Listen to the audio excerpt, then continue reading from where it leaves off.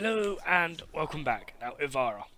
Probably going to split a few hairs on this one, but it is of my opinion that if you're using her as a perma stealth frame, you will need to be using either Ratka Dark Dagger, Ratka Cernos, or Ratka Ballistica. Why? The Syndicate proc. You can use those to get the Syndicate proc ability, which regenerates your energy so that you can basically stay permanently in your third ability, Prowl. Now with Prowl, when you get near an enemy, you can pickpocket them, which is quite interesting for those that have found those rhythm mods that say you've got to complete a survival mission above level 30 without killing anything. This is how you do it. You just take Ivara, you press 3. Well, for that you might want to use a few energy pads. Press 3 and yeah, you can pickpocket life support from enemies or just, wander around. While in your third ability you are slow. It's the argument between permanently invisible and slow, or 34-second invisibility and being friggin' quick, which is the whole argument between Loki or Ivara. Loki or Ivara. It's up to you, it depends on your playstyle. Loki, I would say, is better at just blasting through things, but if you're wanting to do like serious late game survivals or some seriously hardcore spy missions, because Ivara can walk through friggin' lasers, Ivara is possibly a better option, along with the fact that she's got a sleep arrow, a friggin' sleep arrow. And you know what comes with sleep arrows. Daggers with covert lethality. Oh, are you level 9999? I'll see you in the next side, princess.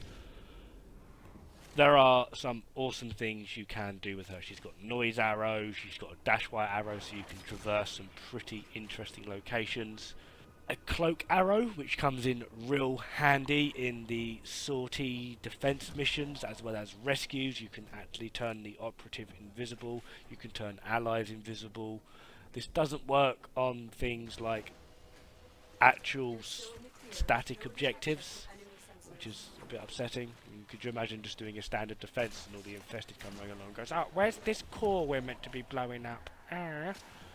Doesn't quite work that way. She is a pretty hardcore frame. The problem that she really does have though is she is hell squishy. I do actually have two builds for her, although I'm only showcasing one in this video purely for the fact that the second build I have is more based around on having a heavy support team and Ivara being the DPS, because it's all about her fourth ability, the Artemis bow. All I'm doing in this part of the clip here is just sort of showcasing her arrows. I'm on one of the dash wires, as you can see. I am throwing the noise arrows around. It gets some of the attention of some of these gormless corrupted heavy gunners, and then once you actually get them all in a nice enough neat pile, you can just sit there with the infamous sleep arrow. All you do is you tap one to actually rotate the arrows and you hold one to fire it off. It does mean you can't really do rapid succession of sleep, noise or cloak arrows, but you won't really actually even need to.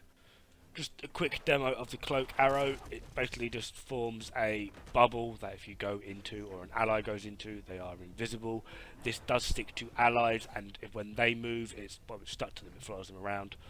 The second ability, this is something I am crap with. Basically, you fire it, and not only does your original hit go, it will fire another arrow that you can control, and it's got a damage multiplier that goes up the further it goes. However, it does drain energy like a bastard. Now, her fourth ability is Artemis bow, which is what everyone friggin' loves. I'm just showing here that what bow you have doesn't really matter, it's the way you mod it. So don't get too caught up with this whole, oh, Dread is the best bow, no, Ratka Cernos is the best bow, or Daikyuu is the best bow. On Artemis bow, it doesn't matter, it is purely the mods. Now, river mods will not affect it, regardless of what stats that it has on it. It is purely things like damage, crit, status, crit multiplier, elements. Now, the build I am using, as you can see, is a bit wibbly wobbly. It's a lot of corrupted mods that are sort of counter and balance each other, but it does work. It's high greens on all counts across the board. It's up to you whether you want to go for this or not. I have based it around being invisible permanently. You ain't going to find me. However, to be perfectly honest, all you really need is high efficiency with a bit of duration. Because let's face it, all you're going to be playing Ivara for is this. These are level 145 corrupted heavy gunners, and all I'm doing is dagger with covert lethality. Occasional bit of sleep arrow. You know, it's simple, it's easy. Little tip, before you actually kill them, pickpocket them first, because you never know, you might get an energy or back, which is helpful.